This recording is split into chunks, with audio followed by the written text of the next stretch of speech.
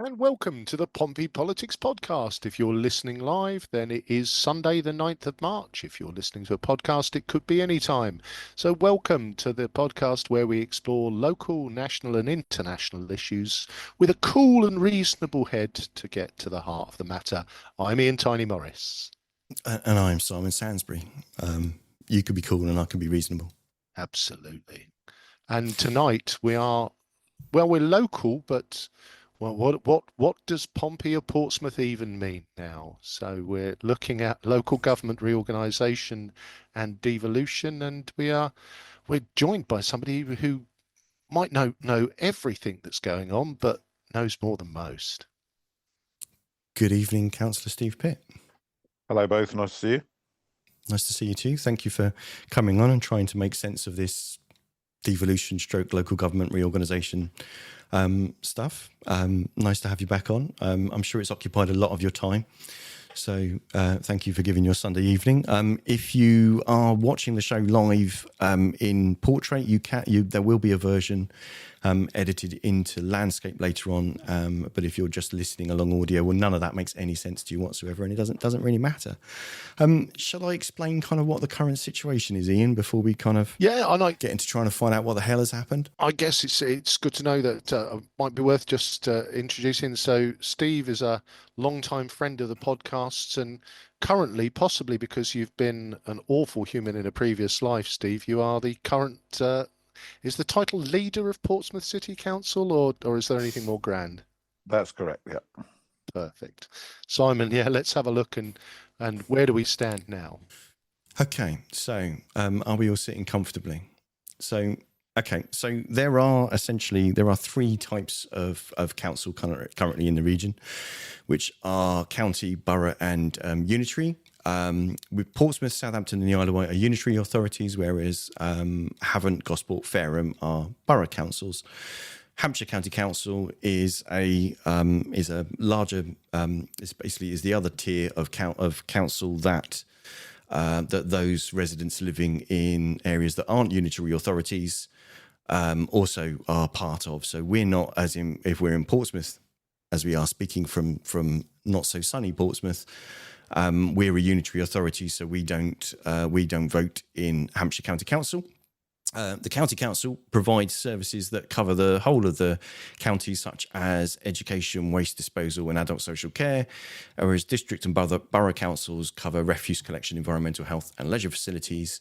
And unitary authorities are essentially usually larger urban areas, so like Southampton and Portsmouth. Isle of Wight obviously being a bit of a slightly different case on its own. I'm sure we might get to kind of speaking about what the hell happens to the Isle of Wight in a minute. Which have the powers of a borough and a county council.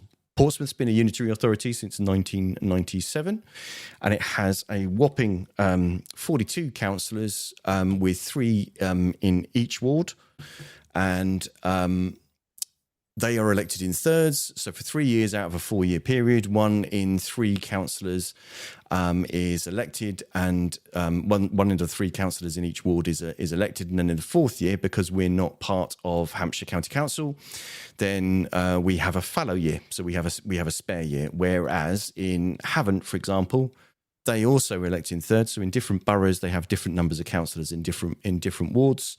But essentially, in their setup, they've got 3 councillors in each of their 12 wards. So for 3 of the 4 years, they are electing one of their councillors, and in the 4th year, they are electing their county councillor.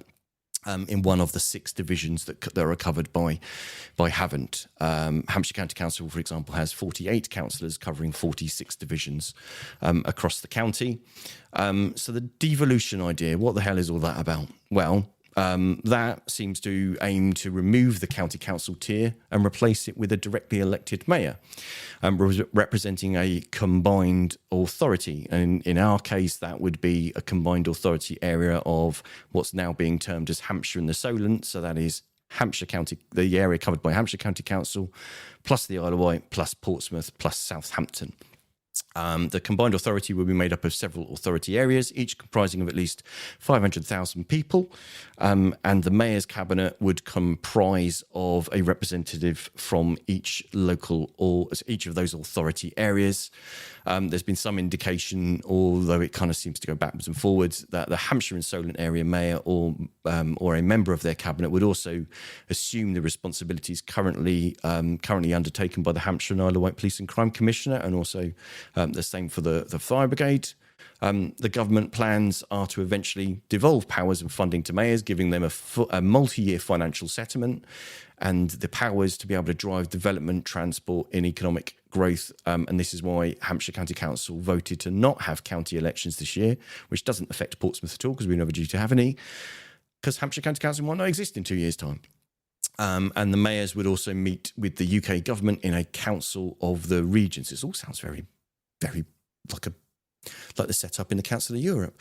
But let's not talk about that. Local government reorganisation, I guess the grand idea is that it is seeking to find organisation and efficiency savings by also combining multiple areas into an authority representing at least 500,000 people. So I don't know if you can see from those of us watching from our graphic, Portsmouth is around 210,000 people, so it isn't enough, doesn't meet the 500,000 people. So our kind of area needs to kind of take on other areas, and an example of that, it's by no means a hard and fast suggestion of this is how it would be. An example of how that might work would be that the Isle of Wight makes a case for being kind of left on it, being an authority on its own because of its unique geographical situation, whereas a Portsmouth area, for example, could include Havant, Fareham and Gosport, which would be about 527,000 people, whereas the Southampton area would be Southampton, Test Valley, Eastleigh, and the New Forest, which is about 700,000 people, and the Winchester area would kind of be the rest. That's just an example of just literally adding those up. That's my theory of how that, and that's my explanation. There won't be a test at the end. No, absolutely. So thank you, Simon. So that's the current state, and I guess all of this news, Steve, broke just before Christmas. So can you give us, to start with, just a brief overview of what's happened so far, and kind of just give us an insight into where the process is currently? Yeah, just before I do, Simon, you did a sterling job there of trying to lay that out, but there is just an organisational thing that I probably need to correct. Oh, please do. You didn't use the phrase upper tier local authorities, and that's the bit that's the relevant part around the devolution case. It's not the case that Hampshire needed to be dissolved for there to be a mayoral combined authority. You just need at least 2 upper tier local authorities, and by upper tier I mean Portsmouth, Southampton, the Isle of Wight and Hampshire, who basically are the ones that deliver those health and social care, waste disposal functions. They are the ones that need to agree to form a mayoral combined authority. So it's technically possible that we could have kept Hampshire and still had a mayoral combined authority. It's just that the government decided that wasn't going to happen as part of a separate piece of work around local government reorganisation. And that's why it's all getting confused, is they've tried to do all this in one go. And it's driving everybody mad. So what's happened to date? So we got the letter on the 16th of December. It was due in October, by the way. We were promised it by the end of October, which would have really helped to get it when we should have got it, because we would have had a bit more time to prepare, but we didn't. So we got it on the 16th of December, and we were given until the 10th of January to put in a response to say whether or not we wanted to be on something they are calling the Devolution Priority Programme. Or the DPP. Now, the DPP from here on in this evening, because otherwise we'll run out of time just by not using acronyms. So we were asked if we wanted to be on that. Now, the background to that is that there is no secret that historically I had a very poor relationship with the leader of Hampshire County Council when it was Rob Humby, who was a very strange character who went around saying what should happen around mayoral authorities without any consultation with the rest of us, and even publicly announcing such things and asking the government without telling anyone else. So that didn't go swimmingly well. But then he was replaced in May last year by Nick Adams-King, who took a very different approach and started to meet with Portsmouth, Southampton and the Isle of Wight. At that point, we were beginning to get that the mood music was that they wanted bigger areas. We'd historically always said we wanted the Solent to be a mayoral combined authority, and that's what we've been pushing for. Didn't get support for that under the previous government. They weren't making the right noises. We knew from the Labour manifesto it was likely to be a thing now. So we thought, well, whether it does end up being one mayoral combined authority at two, the fact that we're having these conversations and that we know what our ambition is collectively for the whole area means we can start a conversation with the government. So back in September last year, we actually submitted our wish list, if you like, for all the things that we would like to see devolved into that new mayoral combined authority. Then we got to the Christmas bit, and we were given a steer on, get this in by the 10th of January. And at that point, they were clearly saying 1.5 million had to be the rough minimum population for there to be what they're now calling strategic authority, which is what was previously called a mayoral combined authority. Excellent. Yes, I know. So that's where we were. So we had a meeting and a discussion, and there were discussions within and across all the councils, and we decided that we waited too long and we were falling behind in not being able to draw down some of the powers from Westminster, such as Andy Street in the West Midlands have been doing, or the one everyone knows, Andy Burnham up in Manchester, and that we had an opportunity here to make the case to do that. So we decided to join the Devolution Priority Programme, and there was a key piece of information that made us decide to jump early and get on board, and that was we were told at the time that if we did, we would get more time to sort out local government reorganisation, which is the other bit that was included in the white paper. And that came as a surprise to everybody. Wasn't in the Labour manifesto, no prior warning. We got some jungle drums a couple of weeks out to say something might happen, but that was about it. So once that was announced, we knew that there were two parts to this, not one. And we decided to get on and submit to the priority programme and buy ourselves more time around the local government reorganisation bit. I'm going to stop there because this is literally something I can talk about, unfortunately, for several hours. But let's stop that bit and see if that's enough info for the time being. Yeah, and I guess one thing just to add in there, Steve, is obviously from a political landscape, the leader of Southampton City Council is from the Labour Party, yourself as a Liberal Democrat, Nick Adams-King as a Conservative. I'm not sure about the Isle of Wight, but independent. So it is that element of to move this forward. I guess to everyone's credit that the four of you might have been forced into a locked room together to move this forward, but it feels like, whilst you could argue you might not have had a choice, it does feel like this has come together pretty quickly. For you all to move together. Yeah, I think that's very fair, and I just want to be clear to people that this was something we saw as a positive. The only question mark had been whether there would be two applications or one, and once we got the confirmation needed to be at least 1.5 million, it was clear that we needed to put in one application for the whole area.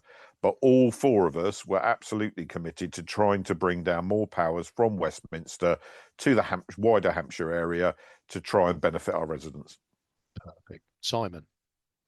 Okay, so I don't know whether we've kind of covered it in our explanation, but if there's anything else to add on, is because there is a lot of in the communications and stuff that people talk about. There's a lot of confusion between the devolution and the local government reorganisation bits, and they kind of merge in. What would you? Have you got anything else to add on to basically anything that helps explain the difference between the two, so that how they affect people? Yes. So in most simplistic form, and this is not a simple thing at all, but in its most simplistic form, the principle of devolution is bringing powers down from Westminster to a devolved area. So in this case, the whole of Hampshire. The idea is that by having the powers vested more locally, we are better able to prioritise funding and strategize on which projects need to happen and in which order than a government in Westminster is. And everybody agrees that in principle, that is a good thing to do. Some of the things that DPP might unlock is the ability to look at planning more strategically. That is actually a mixture of coming down from government and going up a little bit from the councils, but we already do it through the Partnership for South Hampshire anyway. They will just have more power to act, whereas at the moment, Partnership for South Hampshire is kind of a consultative body rather than it is that has specific powers. I mean, we achieve quite a lot of stuff, but it will hopefully get more teeth under a mayor. The other things are things like economic growth, skills, strategic investment, infrastructure, particularly roads, perhaps finally grasping the issues around why it takes so flipping long to get to Southampton from Portsmouth and vice versa, either by rail, which is awful, or by car, which becomes awful because there's so many cars because people won't travel by rail. Why there's no water link between the two. The ferry issues between the Isle of Wight, which significantly hamper both the delivery of public services and their economy. So there are a number of things there that we can look at working together that we will better be able to do with our local understanding than the government would. Full stop, draw a very hard line underneath that. Local government reorganisation is about the government forcing local authorities to move into expanded areas, so merge together, and in our case, across district and unitary boundaries, which is unusual and not something that's generally been part of this process to date, in order to create what they think will be more cost efficient and better able to deliver quality local services. And that's where we start to get into the territory of dispute. Okay, I'm sure we'll get to that in a minute. Oh yes, because that feels like the classic in business: bigger is better, economies of scale, back office savings. And I think anybody who's worked anywhere in the last 20 years will have heard such hopes and dreams spouted by accountants and have lived through the interesting reality of kind of what comes next. So if we look at what comes next, Steve, the starting gun has been fired. Would you like to be on board? And the answer is yes, because we'd rather be in the game than it coming to us later. And a lot of noise around cancelled elections and people getting very confused. And I think we're even confused as rather shrewd local podcasters in terms of, when elections might happen again and for what and when. Do you have an idea, or you will have some idea, on the current timeline and how those what the series of events are likely to be? Yes. So for us, as Simon said at the beginning, we were never scheduled to have any elections this year. This is our fallow year. We were in the middle of a boundary review because we hadn't had one in Portsmouth since about the year 2000. So it was long overdue to balance up our wards to make sure that they were, as far as possible, electorally equivalent. To make sure we didn't have one ward with 20,000 voters and one with 10, to be simplistic. So we were a long way through that process, and we were actually about 9 days out from the result of that being announced by the Local Government Boundary Commission when we got the letter from the Minister of State on the 5th of February saying you're on the Devolution Priority Programme, and that means you also need to do LGR, which was something else I'll come back to in a minute. So that causes us a problem because we had an expectation that next year we would be having an all-out election in Portsmouth, as you always have to when you've had a local boundary review. But now the boundary review's on pause. So our current expectation is that next year in Portsmouth, we will have our normal thirds election. And that's as much as I can tell you for definite about Portsmouth. Now, I would expect that if the vesting day, this is the word that's used to describe the day that a new unitary council would come into effect, if the government forces this through, is 1st of April 2028, which is what they're currently saying, that we would need to have a shadow election for that new unitary the year before. The way this works is that the existing local authorities are responsible for leading the transition, but at a certain point you have to do a handover, basically. And the shadow council that's elected in 2027 would then decide and help to set the budget that will come into force from the 1st of April 2028. And meanwhile, all the day-to-day services still need to operate, and hundreds of thousands of council officers will be running around like headless chickens, trying to make sure that they've properly, as best they can by the vesting day, amalgamated the services that then they'll have to collectively deliver. And to say that that is a vast piece of work is a massive understatement. But it poses an interesting question. If we're going to have a shadow election in 2027, Yes. on new boundaries, new ward boundaries across a larger authority, on what basis would you also then have your normal thirds election, which would be on different ward boundaries for people who would only serve for 1 year and then disappear? So we don't know, but our working assumption is that the government would suspend the thirds election in 2027 so that we weren't sending people to different polling stations to vote on different things for different purposes, which will be completely confusing for the electorate and pretty mind-blowing for the politicians as well. Well, absolutely, Stephen, because, again, and without wishing to go down too much of a tributary, at the moment, as Simon touched on, Portsmouth has 42 councillors, and again, we're speculating, I know, with throwing Havant, Fareham and Gosport into one giant bucket, but it's feasible. The numbers work, don't they? But if you were to add the number of councillors in those four groups together, you'd be well north of 100 councillors.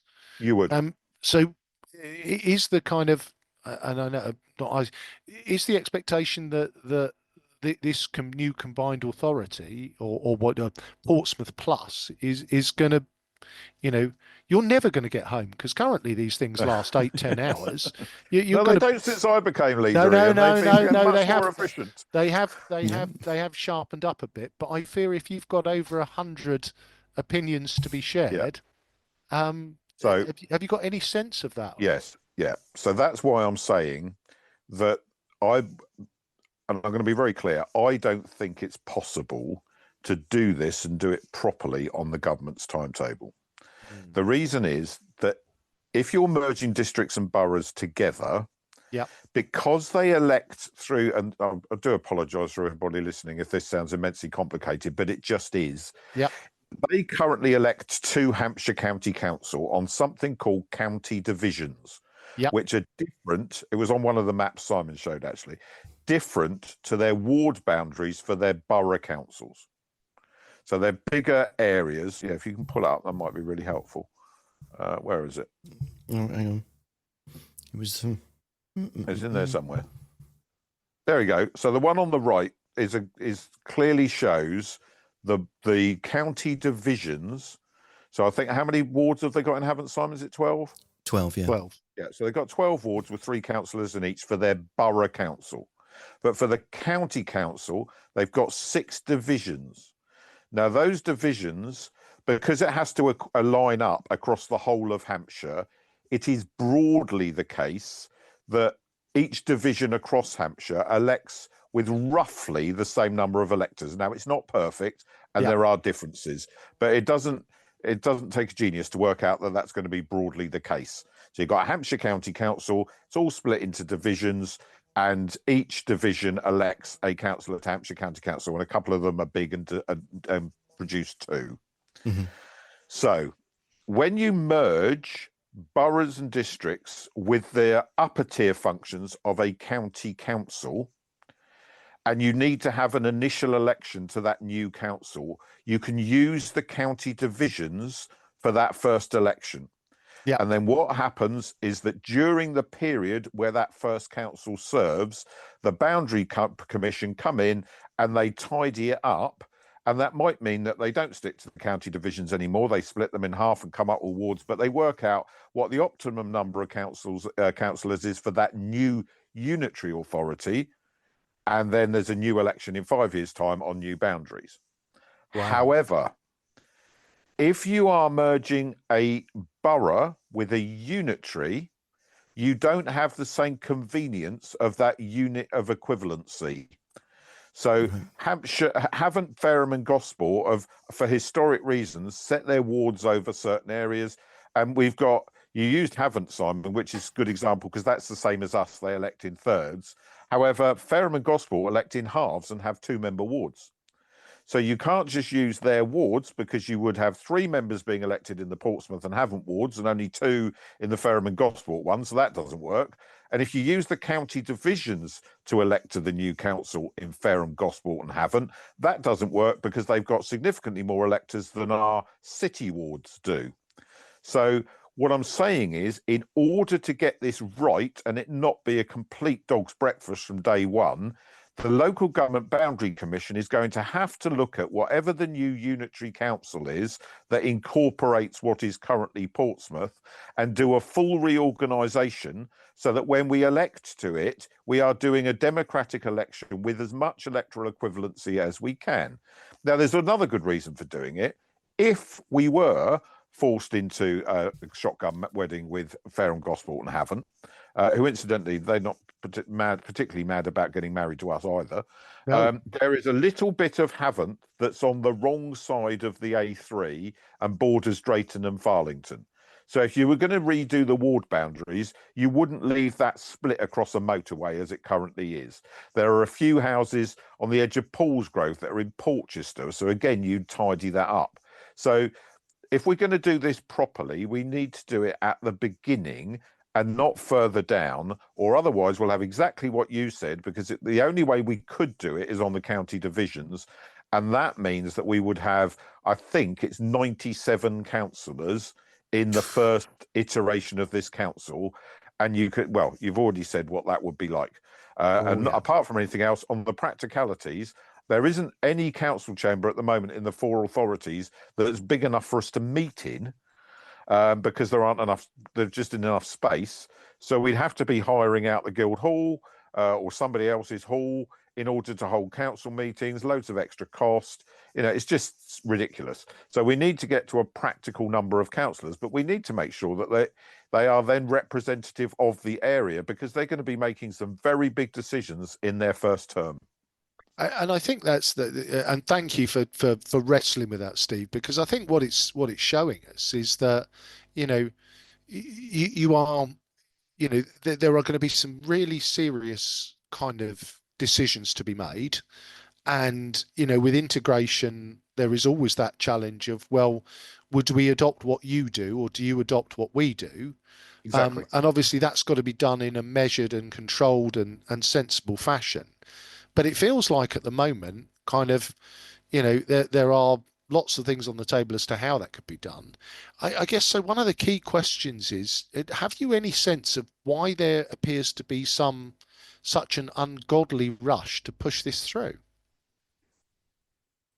Well, there's a number of possibilities. The main one, I believe, is that, and this is what I think happened. I think Angela Rayner and her civil servants went to see the Chancellor and her civil servants, and they said, look, the Local Government Association, which is a cross-party representative body for local government in England, has turned around and said, there's an £8 billion funding gap for local authorities by 28-29 just to sustain the services they are now delivering. And bear in mind, Portsmouth lost £110 million of its funding over the last 15 years.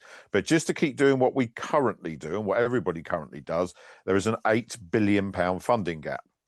And I think the Chancellor scratched her head and her civil servants have all had a sharp intake of breath.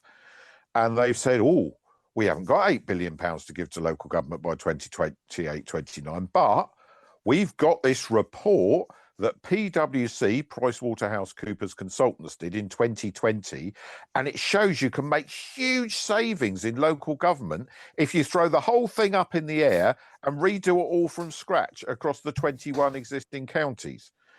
So let's do that then. And that, apparently, from nothing else makes much sense, Angela Rayner and her civil servants said, well, okay, that's what the Chancellor says. Rachel from Accounts is running the country. So what Rachel from Accounts says obviously goes. So we better go and do that then. Of course, the weird thing is that those estimates were that if all of this was done and it all worked out perfectly, as a bunch of consultants said it will, big question mark about that, especially since their latest report has roughly halved the savings it will make, and we're now down well under 2 billion, and we've got an 8 billion pound black hole here. Remember, they're still going to have to cough up an extra 6 billion quid, or we're all going bust. The scale of which this is crazy makes no sense. But if it is being driven by the Exchequer, and I truly believe that the local government reorganisation piece is, it's all about the money, folks. And they convince themselves that this will save them some cash, even though pretty much everyone on the ground thinks it might make some initial savings on day one. But unless you address the core funding issues for local authorities all over the country, it won't.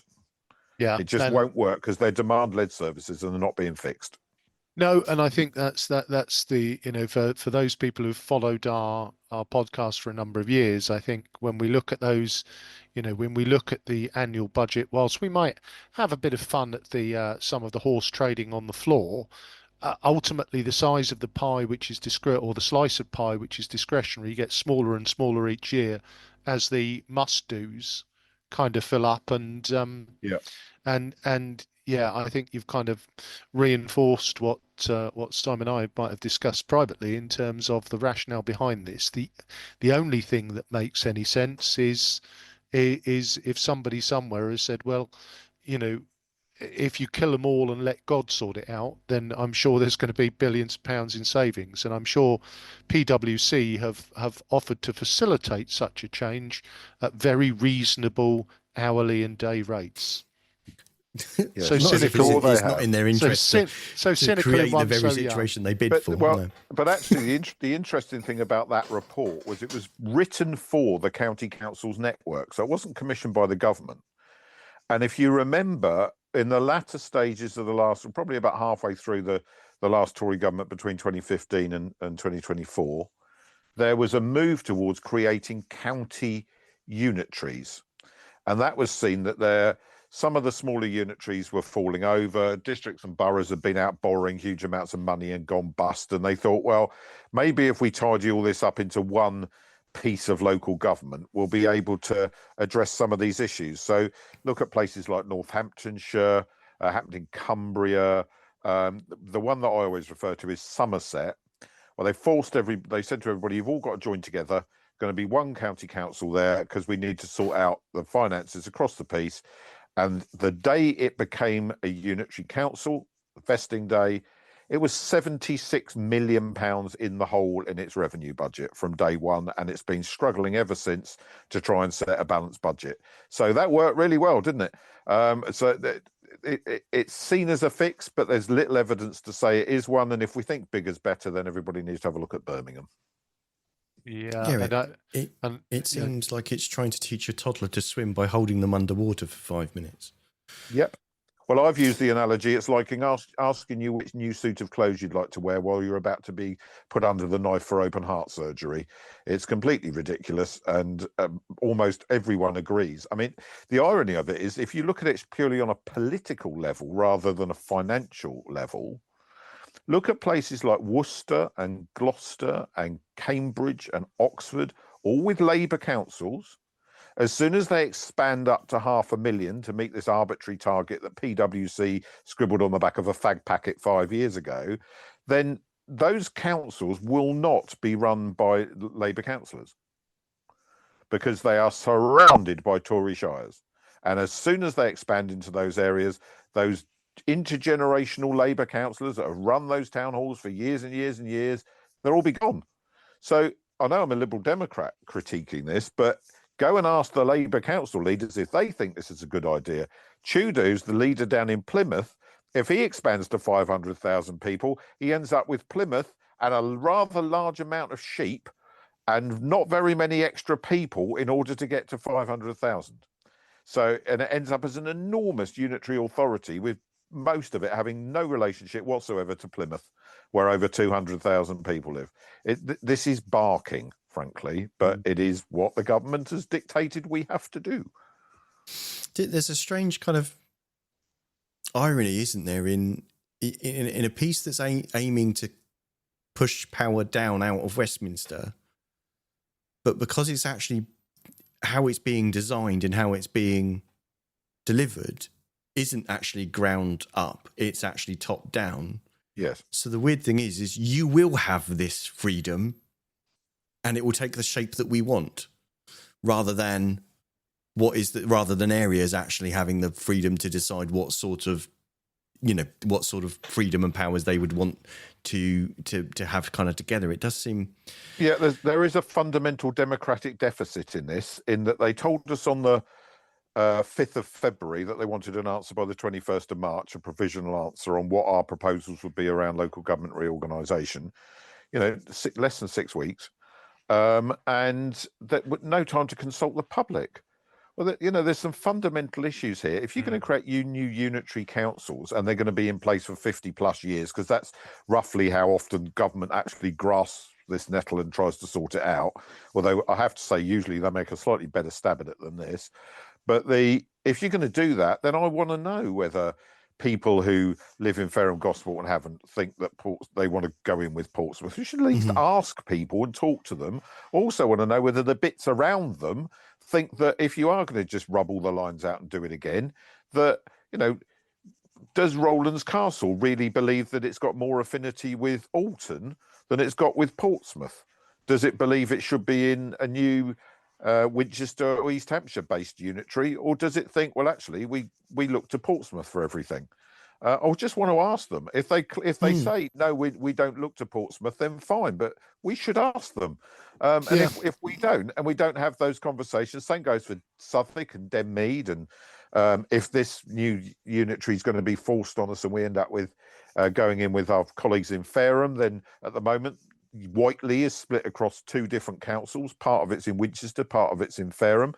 And then let's open the can of worms that is everything west of the River Meon, where most of the Fareham wards have SO postcodes, not PO postcodes.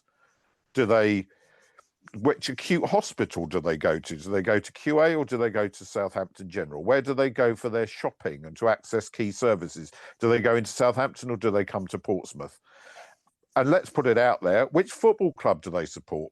Because if at the end of all of this, we ended up with a new leader of this unitary council who lived in an SO postcode and wore Southampton kit, went to to St Mary's on, show my age there, the Dells, St Mary's on Saturdays to worship at the altar of Southampton Football Club, you can just imagine what the reaction would be in Portsmouth.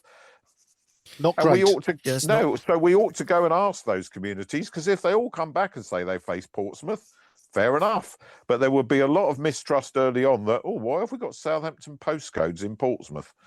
These things need to be talked through properly, and there needs to be time to consult with people. And at the moment, it's being rushed to a ridiculous speed that is just setting it all up to fail before it even gets going. And I guess giving people a choice is dangerous if there's a chance they're going to say no. Well, why shouldn't they be able to say no? Yeah, and I think I think there is that element, Steve, isn't it? When we look at Hampshire as a whole, and my job now means I cover the whole of Hampshire apart from Southampton, and they are such. I've got some of my team are out in the New Forest, very, very different demographic to Portsmouth. We head up to Basingstoke. Well, I would argue that Basingstoke probably has more affinity with Surrey and London than it does with Hampshire. If we sort of, and it appears that the kind of logic is Southampton gets bigger, Portsmouth gets bigger, and we'll just lump the rest together. It doesn't. Yeah. It doesn't. Or it doesn't feel like. If you were to say that in Basingstoke and Dean, Paul Harvey, who's the leader of Basingstoke and Dean, would be very, very vociferous in his point of view that he wants to go in into a new Northern Hampshire unitary and wants nothing whatsoever to do with the rest of it, because they have different priorities and that they have a different identity, and they're very clear on that, those 3 councils up there, and that should be their right. And I think that makes absolute sense. Again, when we start looking at the demographics of Hampshire and you look at Winchester and you think, well, kind of Winchester's the next big town that isn't in that sort of the Southampton footprint. It's 5 minutes from Eastleigh. It's only just across the border. If we're creating artificial borders, so this this thing all looks slightly crazy. And again, I guess we're going to go out of order on the questions here, but I guess what is this likely to mean for the residents of Portsmouth? Well, there are a lot of unknowns, but Mm. there's one thing that we do know, and that is that Hampshire is 216 million pounds in the red, and it's not debt. So Yep. let's be clear, Hampshire's debt is not 216 million pounds. Hampshire's annual gap in its revenue budget, in other words, in setting a balanced budget, Yep. is 216 million pounds and continuing to go north. Now, they approached the government for extra financial assistance this year, as Southampton did last year, and got it. Hampshire were refused it on the basis that, well, you've still got a couple £100 million in revenue reserves. You can use that to cover your budget deficit this year. So those reserves have been built up over a long period of time in order to create financial resilience and be able to deliver key services. And the government has literally ordered Hampshire to spend them all in one go to plug the gap for a year. So they've taken Hampshire taxpayers' money to plug that gap and refused government assistance. That's fine. That's they can do that. Yep. I think it's appalling, but that is what's happened. However, that's just for 1 year. So when we get to the following year, there's another £216 million gap because it hasn't gone anywhere. It's just been paid off with reserves. That's why we've got a problem. Because if you then break up Hampshire and we get a big chunk of it, then a big chunk of that £216 million revenue gap each year comes over into a new council that includes Portsmouth. And we know where the pressures are. They're around adults and children's social care. They're around temporary accommodation. If we bring in bits of the county, it will also bring in home to school transport pressures and increasingly SEND pressures. And these are all demand-led services, and they are all going north very, very quickly because government is not solving the core problem of council funding, and it's just not taking it seriously. The whole system will collapse if this is not reviewed. So we could, as it stands, end up with 4 or 5, however many new unitaries in Hampshire, and they could all be bust on day one. And I think, Steve, if we, and again, just to follow the logic through on that, because I was very aware with Hampshire County Council that they went through a really big consultation process last year because they were projecting a funding gap of, I think, 183 million, then 195 million. And they went into a really big consultation around recycling, around bus provision, dozens and dozens of different areas where they went into consultation with a view of saving money. And at that point, there were about 180 million pounds in the hole. That rose to 190 something. They concluded all their consultation. They made various cuts, which felt, they had impact in small groups, but they weren't swathing. And that 195, as you point out, has now become 216 after they've done all their consultation on where could we trim a bit to close the gap. Yeah. And I can't remember I think the figure for Southampton was about 170 million in terms of. I think it was less than that, but yeah. Yeah, but it runs north of 100 million, doesn't it? It's not pocket change. No, it's not. It's a lot of money, and Hampshire and Southampton, to be fair, have managed to deal with a big chunk of their deficit, but they are still going to have issues to sort out in the coming years, and we've got pressures too. Yeah. Our pressures on children's social care are about 10 million. It's 3 or 4 on adult social care. We've got a £6 million temporary accommodation problem. This is happening to local authorities all over the country. It's not unique to us. It's a commonality when you look across issues that all these councils have. So the only way it gets dealt with, if these services are to remain statutory and demand-led, is more government funding.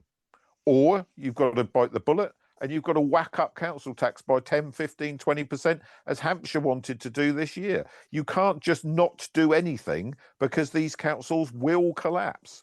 And I know for a lot of people who don't access social care, they think that there's huge amounts of waste in it. Oh, you're not balancing the book because you waste a load of money. That's not the case. There is a huge increase in the cost of delivering social care, and there is an increasing demand for social care. So those people who need it and need to access it, it has to be there. So the government just going, oh, well, you need to reorganise and become more efficient. It ain't going to happen. I mean, I'll give you an example, because you just referred to those savings in Hampshire last year, or actually for this financial year they've just gone through. And one of them was to close 12 tips across the Hampshire authority area, because Hampshire run the tips. Yeah.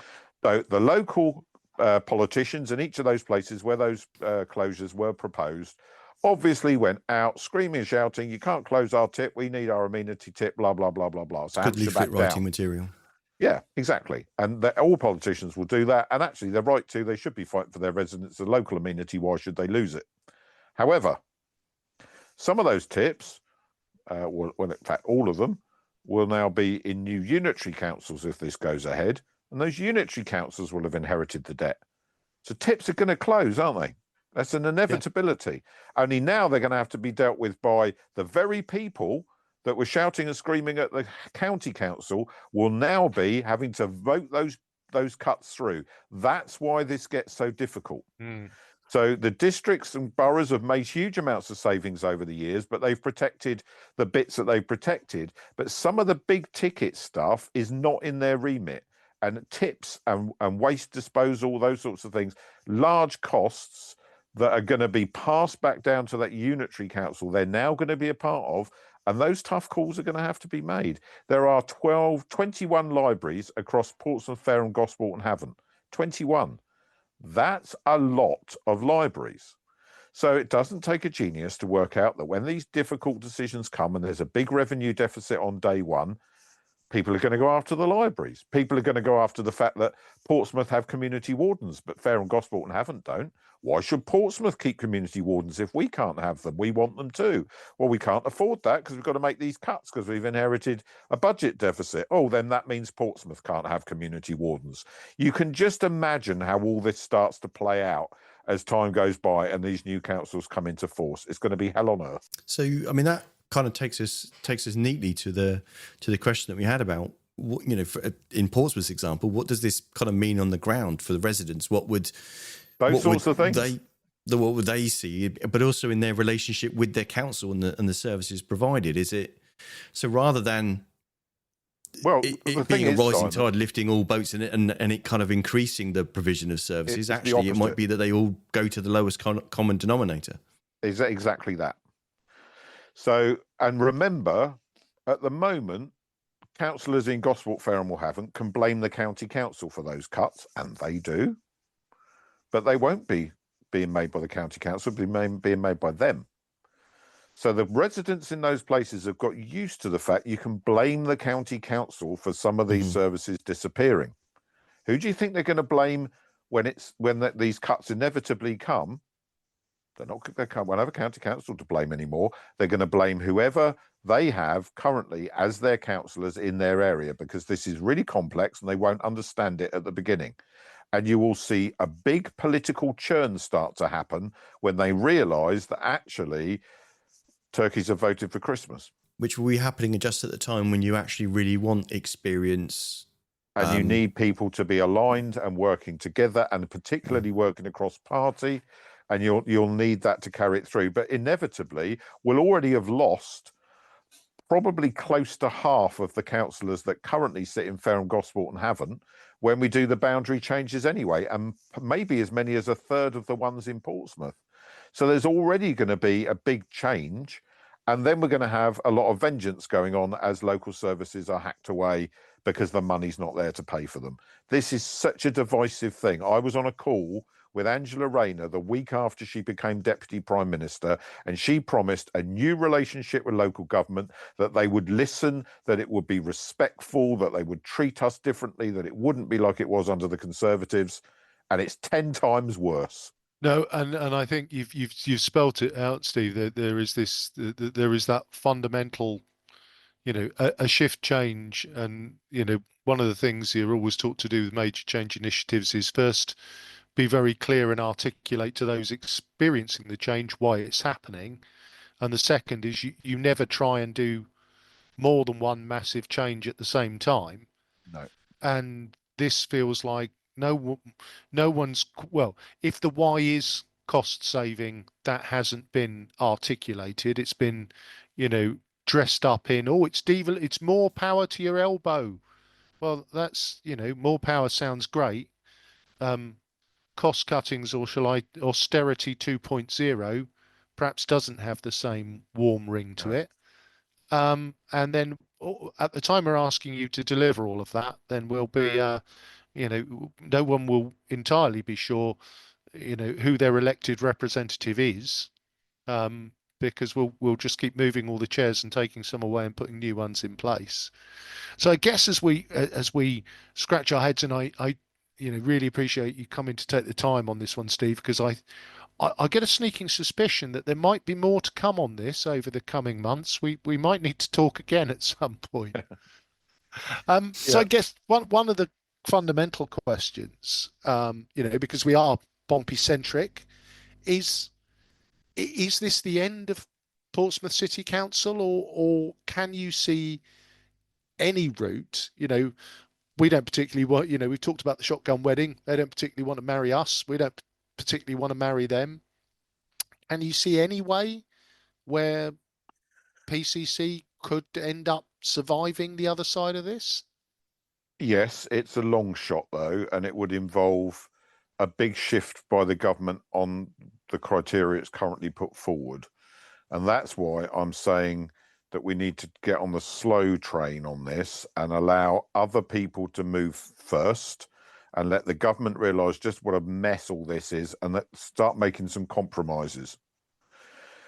So it might be that, for example, they start abandoning the 500,000 number. There's no indication at the moment that they will, but they Yep. might do. And if they did, you could imagine a situation where Portsmouth may be expanded a little bit, and that some of our neighbours merge together to form new councils. Who knows? That's their business, frankly. Yep. But that's a possibility. And that might mean that we end up with a slightly expanded Portsmouth, but not part of a new massive unitary. But at the moment, I'd say it's a long shot at best.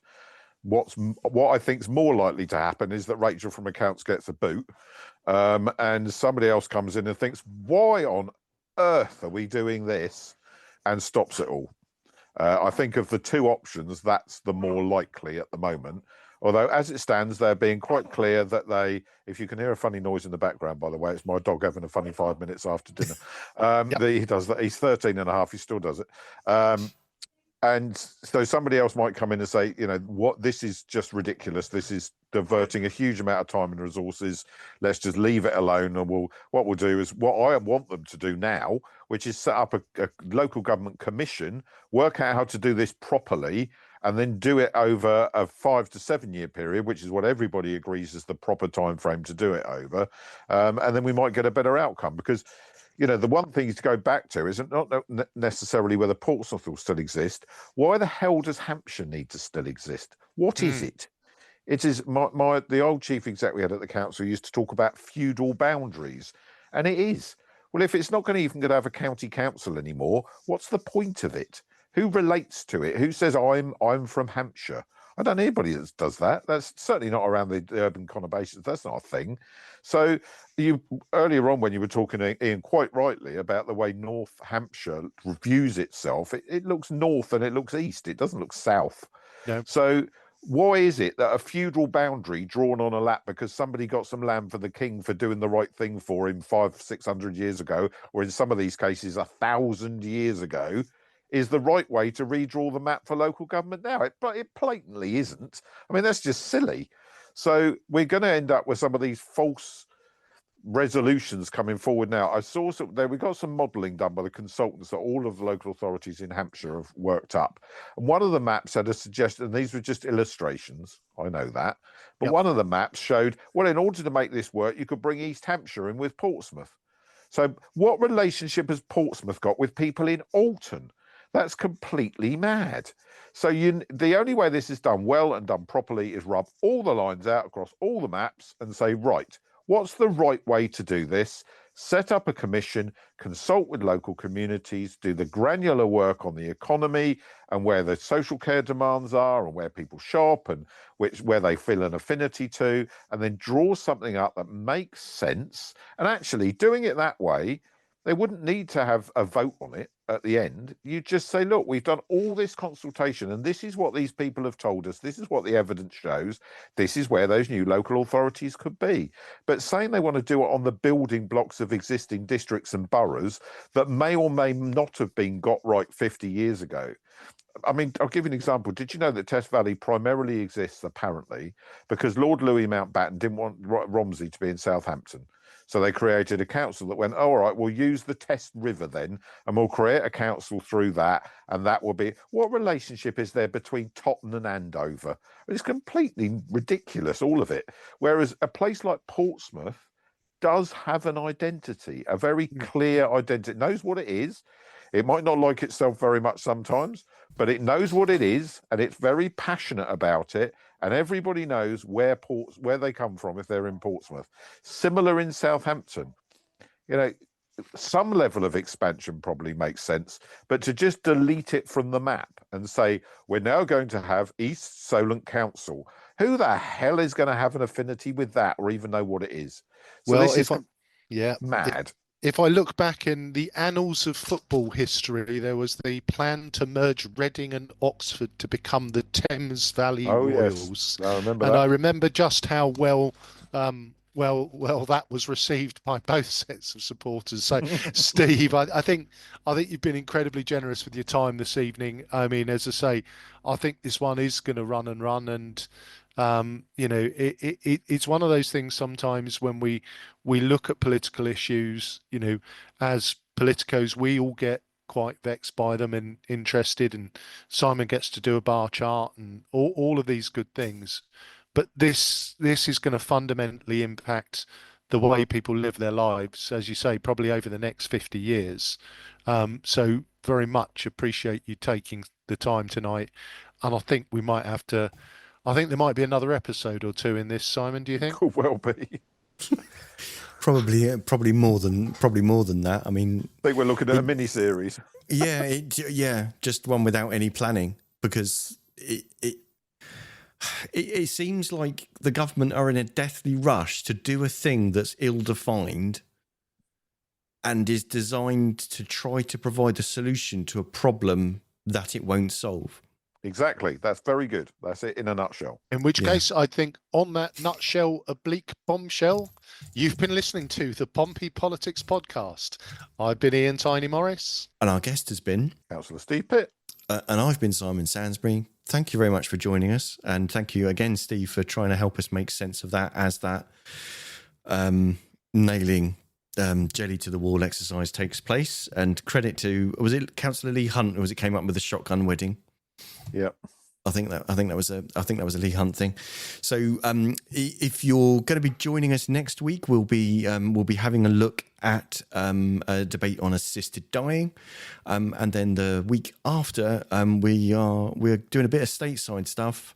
We've got a political Republican expert, campaigner, and author from Florida coming on the show to talk to us about stateside politics and about how the events over the last couple of weeks, I'm sure there'll be a couple of more, how they read actually in Florida. So see you then. Don't forget to like, follow and comment on Facebook, or comment and subscribe on YouTube. Find us on all the social media platforms: Facebook, X, YouTube, Threads, LinkedIn.